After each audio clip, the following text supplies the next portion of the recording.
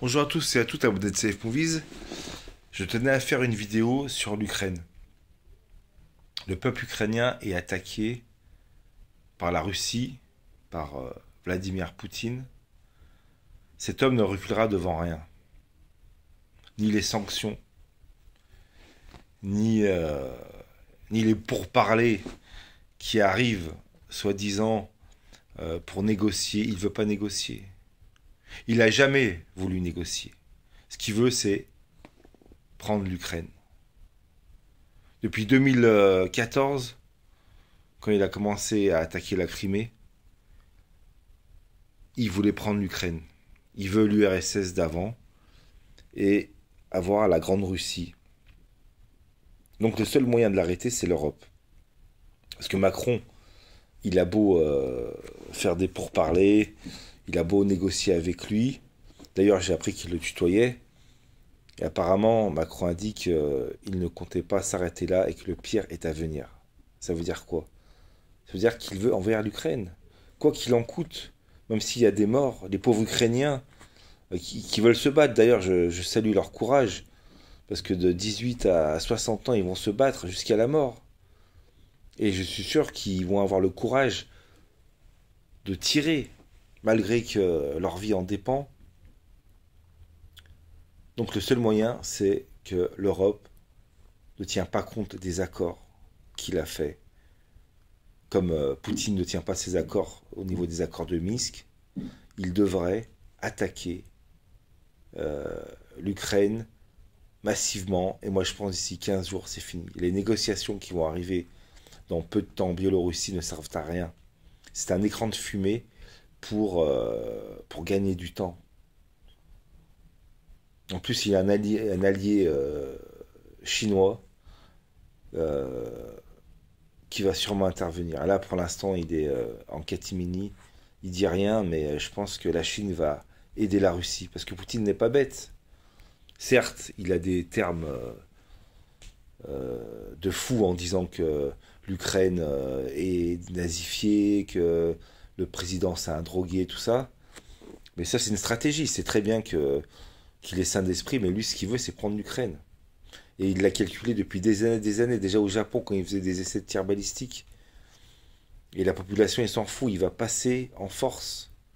Il va passer en force. S'il a appelé Macron, c'est pas pour rien.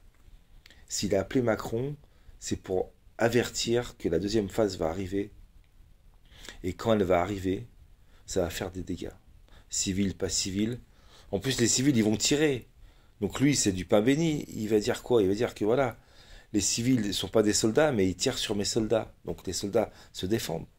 Et ça va être un massacre. Kiev a beau résister, il a beau avoir des armes de l'Allemagne, de la France, de la Belgique, tout ça, même avec des missiles, même avec des chars, ça fera rien. Il faut vraiment que les pays du monde entier aillent sur le terrain ukrainien et défendent l'Ukraine. Sinon, ça va être un massacre. Et cette guerre va durer. Et c'est qui va payer le prix? Ce sont la population. Sans compter qu'en France, nous, on va avoir plein d'augmentations. Et aussi peut-être des conflits entre des manifestations contre la Russie, contre Poutine, et disant que la France devrait intervenir, que l'Europe devrait intervenir. En Russie, c'est pareil. Les Russes, ils ne veulent pas de la guerre. Je suis sûr que trois quarts des Russes ne veulent pas de la guerre, mais ils ont peur, ils n'ont pas le choix. Parce que Poutine dirige le pays d'une main de fer, et ça révolte. C'est vrai qu'il y a quand même des opposants qui sont là, comme Alexei Navalny, qui est emprisonné, qui dit de manifester tous les jours en Russie pour que la guerre cesse en Ukraine. Mais c'est pareil, ça fera rien. Poutine a les cartes en main, il a préparé son coup depuis des années, il attendait juste le bon moment, après le Covid, pour intervenir, et là, il va frapper fort, il va faire mal, il va avoir des dégâts, et le peuple ukrainien va se battre, et c'est paradoxal, parce qu'ils veulent se battre, mais c'est le pot de terre contre le pot de fer. malgré tout leur courage, et même s'ils ont des armes sophistiquées, ils ne seront pas à la hauteur de l'armée russe. Surtout qu'il y a aussi des Tchétchènes qui vont intervenir. Le président Poutine a demandé au président tchétchène d'envoyer des forces spéciales tchétchènes, plus les Russes. Là, tout le monde a l'impression que ça va doucement, mais il a été surpris, mais c'est rien. Il va se mettre en place bientôt et ça va faire de gros dégâts. Et ça va faire comme avec les Juifs, faire plein de morts. Je sens que ça va être un massacre. Un massacre monumental. Et après, peut-être une troisième guerre mondiale, j'espère pas, mais le conflit est parti pour durer et surtout, ça va faire beaucoup de dégâts. Voilà, je voulais vraiment faire cette vidéo parce que j'ai un ami ukrainien que j'avais connu il y a quelques années. Donc j'ai une pensée pour lui s'il va aller là-bas défendre son pays. Mais je sais que c'est quelqu'un de bien, des gens qui sont forts et qui n'ont pas peur d'aller jusqu'au bout, de mettre leur vie en danger. Et aussi, ça nous remet un peu en place quand nous on se plaint pour ci et pour ça. Eux, ils sont en guerre et ils vont se battre, ils ont leurs femmes, leurs enfants, mais c'est ça aussi que je trouve vraiment admirable. Ils laissent leurs femmes et leurs enfants pour aller se battre. Hein, sachant qu'ils peuvent laisser leur vie, même j'ai vu une mère qui laissait sa fille de 25 ans pour que sa mère aille se battre et la fille, pas en pleurs, elle était, comment dire, elle était choquée, elle était quand même pas bien, mais elle l'a dit avec beaucoup de force, hein, quand même, chapeau, que sa mère doit y aller, elle le fait pour son pays, même si c'est dangereux. Elle n'a pas essayé de dissuader sa mère. Elle a dit à sa mère, vas-y maman, va te battre, tu dois le faire, même si c'est dangereux. Comme quoi, c'est vraiment un peuple qui, euh, qui aime son pays.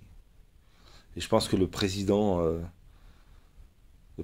quand il dit prenez les armes de 18 à 60 ans, bon, lui aussi les patriotes, mais c'est vrai qu'en France, jamais il se passera des choses comme ça, quoi. Jamais un président va demander à toute la population de le faire.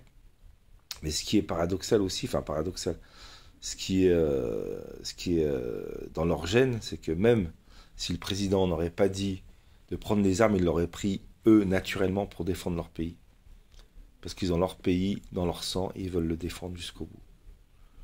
Donc, il y a deux solutions, moi je crois. C'est soit l'Europe aide l'Ukraine et va sur le terrain ukrainien pour aider les Ukrainiens humainement. Les armées françaises, anglaises, allemandes, il faut qu'ils aillent sur le terrain d'Ukraine pour défendre l'Ukraine. Parce que sinon l'Ukraine, il n'y aura plus d'Ukraine, ça sera sous régime russe. Soit Alexis Navalny est libéré par un soulèvement populaire.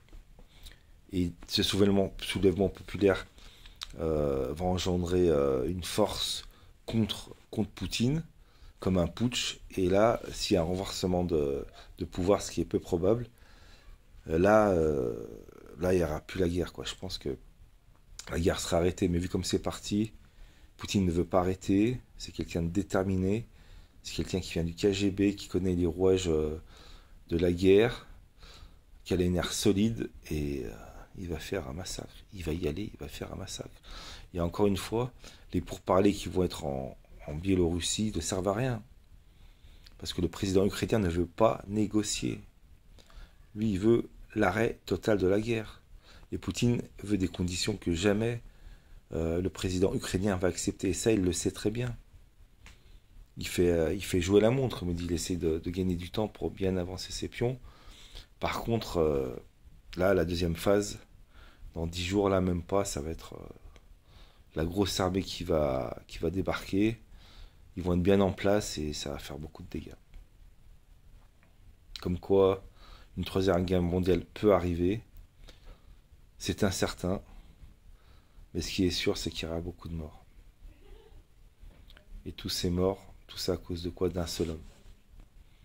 D'un seul homme qui revendique une URSS d'il y a longtemps, qui est archaïque, et surtout qui a aucune pitié, aucune parole, contre un autre peuple qui est valeureux, mais qui va périr.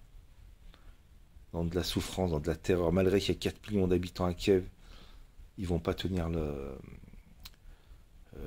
siège. Et je sais pas comment il va faire, enfin comment les Ukrainiens vont réagir, comment ils vont se battre, enfin comment. Ouais, c'est vrai que c'est vraiment un bordel, quoi. Et nous, enfin je pense à l'Europe, c'est un message que je lance à l'Europe, ils doivent intervenir et pas tenir compte des accords qu'ils ont donnés. Comme Poutine ne tient pas des accords qu'il a dit, il devrait faire pareil et aider l'armée ukrainienne à se battre. Et être sur place avec eux. Voilà, c'était mon avis. J'espère qu'il y aura une fin nuancée, parce que là, la catastrophe est prête. Elle va sûrement arriver. Au revoir.